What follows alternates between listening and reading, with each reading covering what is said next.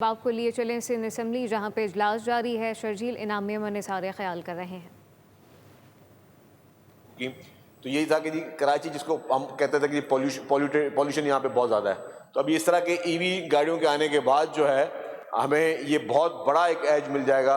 जो और मजीद गाड़ियाँ आएंगी तो हम पॉल्यूशन को कंट्रोल कर सकेंगे। फिर हम लोगों को इकोनॉमिकल भी पड़ेंगी। आज भी पीपल्स बस सर्विस या किसी भी बस का जो मुसाफिर है वो अगर अपनी पर्सनल बाइक पे जाएगा तो उसको बाइक महंगी पड़ेगी, पीपल्स बस सर्विस का किराया उसको सस्ता पड़ेगा। तो ये, और उसको हर पैसेंजर पे गवर्नमेंट सब्सिडी दे रही है। जो पैसेंजर रोजाना की बिना पे, चाहे किसी BRT लाइन पे चल रहा हो, चाहे किसी पीपल्स बस सर्विस पे चल रहा हो, चाहे EV बस पे चल रहा हो, चाहे पिंक बसेस पे चल रहा हो, चाहे हमारी नई जो डबल डेकर बसेस है उस पर चल रहा हो, उस पे जो है उसको जो है वो सब्सिडी गवर्नमेंट दे रही है। मैं एक और भी बात बताना चलूँ कि अभी हमने मजीद डबल डेकर बसेस की प्रोक्योरमेंट पे भी हम चले गए हैं। मजीद डबल डेकर बसेस भी आ रही हैं, क्योंकि कराची में किसी दौर में डबल डेकर बसेस चलती थी और अब जो है हम दोबारा उसको अपने शहर को बेहतर करने के लिए कोशिश कर रहे हैं। हमारी रेलवे मिनिस्ट्री से भी बातचीत हुई है, रेलवे के वफाक वजीर साहब आए थे, हम उस पर भी काम करें किसी तरीके से। कराची सर्कुलर रेलवे को वफाकी हुकूमत और सूबाई हुकूमत मिलकर कोशिश करके उसको वापस रिवाइव करें ताकि कराची का मसला हल हो सके। ये बहुत एक संजीदा सूरत हाल है और बहुत ये जो ट्रैफिक का इस वक्त जो फ्लो है उसका इतना प्रेशर है कि हमें अब इस तरीके के प्रोजेक्ट्स पे आना पड़ेगा। इसीलिए हुकूमत सिंध बेहतर से बेहतर अल्टरनेट जो है वो प्रोजेक्ट्स भी लेके आ रही है। जैसे अभी मैंने बताया कि शाहराह भुट्टो, जो कि वाकई एक गेम चेंजर है सर, 22 तारीख को 4 बजे उसका इफ्तिताह इंशाअल्लाह ताला होगा। और 39 किलोमीटर, ये मेरे साबिर भाई दोस्त बैठे हुए, इनको पता है कि ये अगर अभी यहाँ से इनको हैदराबाद जाना हो तो इन आम सड़कों पर इनको कितना टाइम लगेगा, और अब अगर ये शाहराह भुट्टो पे जाएंगे तो उनका मिनिमम 45 मिनट्स इनके जो है मिनिमम इनके सेव होते हैं। तो ये एक बहुत बड़ी चीज़ है। इसी तरीके से बाकी सड़कें, बाकी भी प्रोजेक्ट्स ला रही है गवर्नमेंट। अभी जो एक और 22 तारीख को एक और इफ्तिताह होने जा रहा है, ग्राउंड ब्रेकिंग होने जा रही है। आपके कराची पोर्ट से लेकर कोरंगी तक, जो आपकी जहाँ पे ताज अदर ब्रिज है, वहाँ तक पूरा एलिवेटेड एक्सप्रेस वे बना रही है गवर्नमेंट, जो कि 2 साल में कंप्लीट होना है। तो मैं कहूँगा कि हमारे अपोजिशन के दोस्त जितने बैठे हैं सुन रहे हैं, वो खुद इस चीज़ को आप अप्रिशिएट करें कि कराची पोर्ट से लेके पूरा एलिवेटेड ये बोट बेसन, फिर आपका ये सनसेट बुलेवर्ड, ये पूरा रोड जो है यहाँ पे हुकूमत सिंध जो है वो 22 तारीख को ही, आज से 2-3 दिन बाद जो है उसकी ग्राउंड ब्रेकिंग भी करने जा रही है। पूरा एलिवेटेड रोड जा रहा है। तो कराची में हो या बाकी इलाके हों, हर इलाके सिंध भर में जो है डेवलपमेंट का काम बहुत ही तेज़ी से चल रहा है और ये सारे आपके ये सहूलियात दी जा रही हैं ताकि लोगों को सफरी सहूलियात जो हैं वो बेहतर अंदाज में जो लोग अदा कर सकें। Thank you sir. वो इस काबिल नहीं है कि उनकी फ़िटनेस इस तरह है, उस पर भी हमने काम किया जी। फिटनेस सेंटर्स हमने बनाए, उन फिटनेस सेंटर्स में फर्स्ट टाइम हमने गाड़ियाँ इम्पाउंड की हैं। वो गाड़ियाँ जो चलने के काबिल नहीं थी उनको हमने इम्पाउंड किया है और चालान भी लोगों को हैवी इशू किए हैं। हमारा यही मकसद है कि हम जितनी जल्दी गवर्नमेंट की मज़ीद ट्रांसपोर्ट लेकर आएँ ताकि हमारी इन जो खस्ता हाल जो बसेस हैं उनसे हमारी जान छूट सके। जी शारिक साहब। जी फारूक साहब। बहुत शुक्रिया जनाब स्पीकर। वैसे आज हमारे सीनियर मिनिस्टर साहब जितने संजीदा हैं, सबको कह रहे हैं कि बैठ जाए अपनी अपनी जगह पे, कोई बात भी ना करें इनके क्वेश्चन आंसर आवर में। इतने ही संजीदा अगर ये वैसे रहे हैं इसमें भी और मिनिस्टर के साथ संजीदा हो जाएं तो कराची कहाँ से कहाँ पहुँच जाए। इन्होंने कहा कि ऑरेंज लाइन, मेरा सवाल है कि पिछले 14 साल के अंदर सिर्फ एक BRT के तहत ऑरेंज लाइन है जो 3.9 किलोमीटर कंप्लीट हुई है, सिर्फ एक ऑरेंज लाइन। बाकी सब पे काम जारी और सारी है, BRT पे भी। जो इनकी स्पीड है उस स्पीड का मेरा सवाल इनसे ये है कि ये रेड लाइन अगले कितने सालों में मुकम्मल हो सकेगी। कॉस्ट तो उसकी बढ़ रही है, मुस्तकिल बढ़ रही है और कॉस्ट बढ़ती रहेगी। पहले ही वो कोई 4 अरब रुपए फी किलोमीटर तक पहुंच चुकी है तकरीबन, तो आगे पता नहीं कहाँ पहुंचेगी। हमारे बराबर वाले सूबों में 140 किलोमीटर तक की BRT तैयार हो चुकी हैं, चल भी रही हैं, लेकिन हमारे सूबे के अंदर सिर्फ 3.9 किलोमीटर की BRT क्यों अभी तक तैयार हो चुकी है। पिछले 15 सालों के अंदर कोई BRT तैयार नहीं है, यहाँ पे सब पे काम चल रहा है।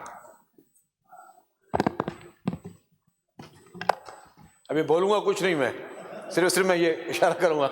अच्छा भाईजान, सर ये हमारे प्यारे भाई सवाल क्या था और सवाल का इन्होंने उसमें सप्लीमेंट्री क्या किया, इसलिए मैं कहता हूँ कि मेंबर्स को कहें कि जी रूल्स ऑफ बिजनेस पढ़ लिया करें।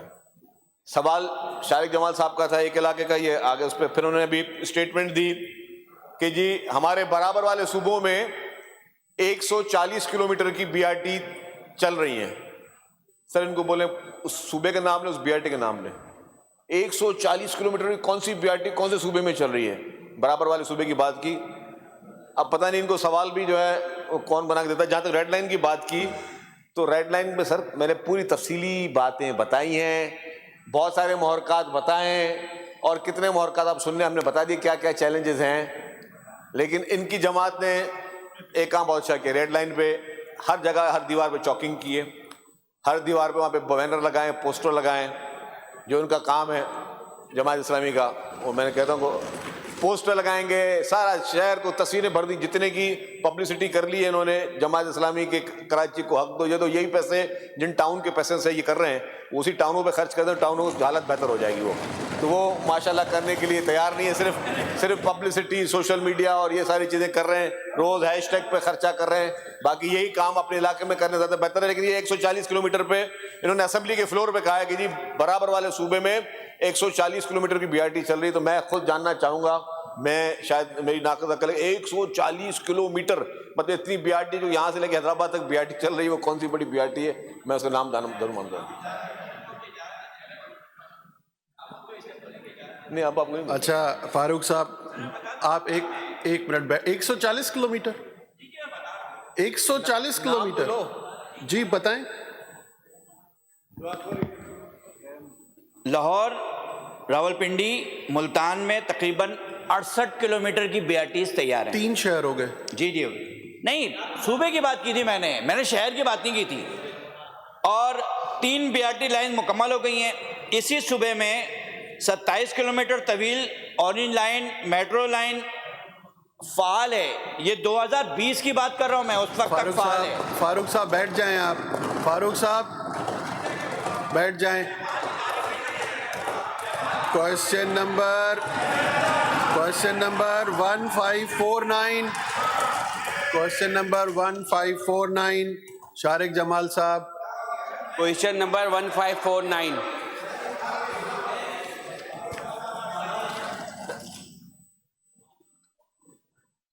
जी शर्जील साहब। आंसर में भी taking the red sir. Sir मेरा सीनियर मिनिस्टर से इनका सवाल ये होगा सर, क्योंकि सर बायोगैस का जो मंसूबा था वो मवेशियों के फजले से माहौलदोज ईंधन बनाने के लिए था।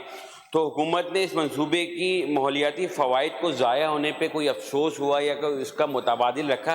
क्योंकि सर मुझे जहाँ तक याद पड़ता है कि शायद बजट स्पीच में मिनिस्टर साहब ने बड़ी इस मंसूबे की तारीफ़ करी थी, बड़े फ़वाइद बताए थे।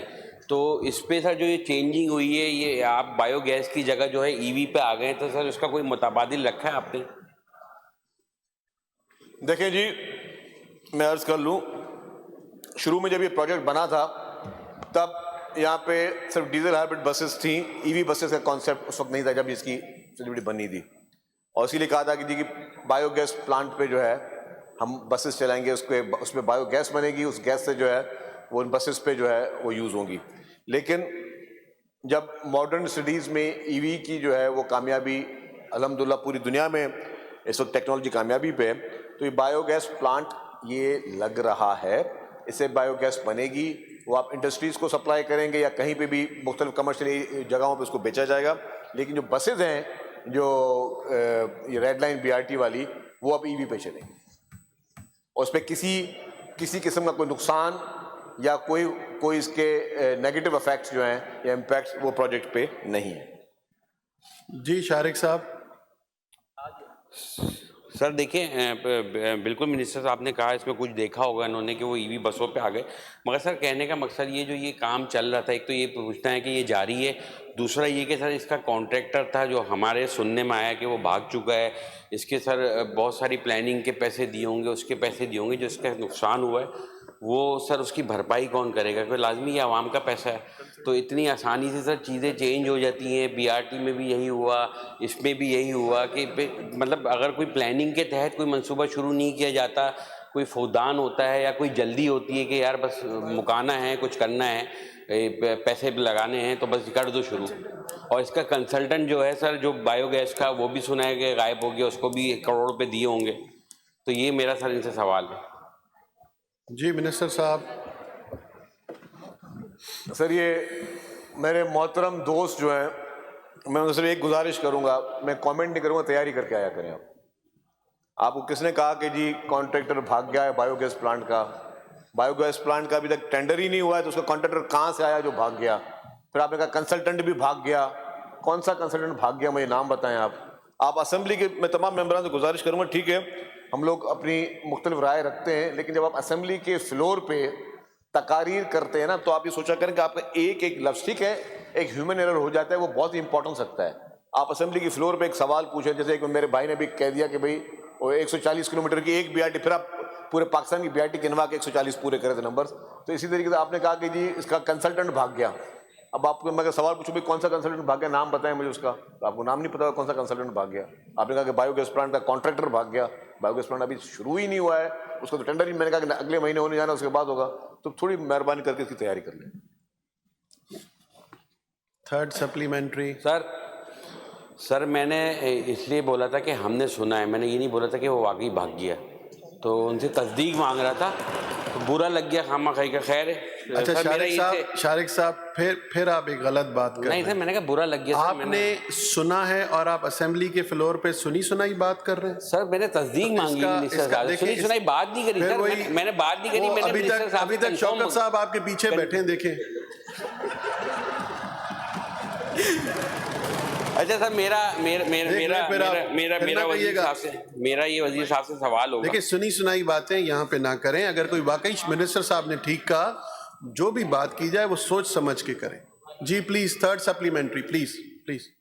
सर मैं इंशाल्लाह शौकत साहब की हेल्प लूंगा कभी जरूरत पड़ी तो। ऐसी हेल्प ना लीजिएगा कि बाहर ही जाना पड़ जाए।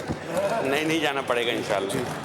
सर वजीर साहब से मेरा ये सवाल है कि सर जो बायोगैस प्लांट है, अब वो स्टैंड अलोन प्रोजेक्ट होगा, तो इसकी सर कोई अंदाज़ा लगाया कि इसकी मुतवक्का जो आमदनी है वो कितनी होगी, और इसकी सब्सिडी जो बीआरटी और आप रेड लाइन और ईवी बसों को पे खर्च की जाएगी, कुछ उसका सर वो लगाया कि उससे कितनी इनकम होगी और किस तरह से उसका आपने प्लानिंग करिए कि उस पर सब्सिडी दी जाए।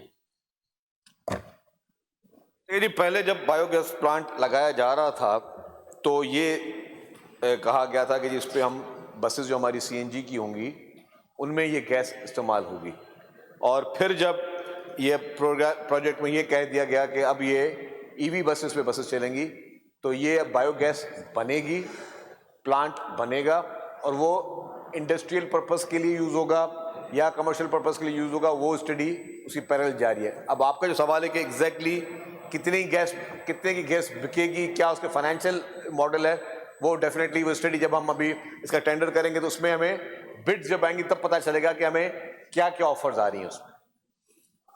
जी आदिल अस्करी साहब।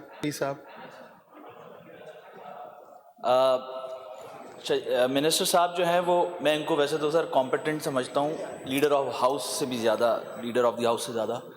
दूसरी बात यह है कि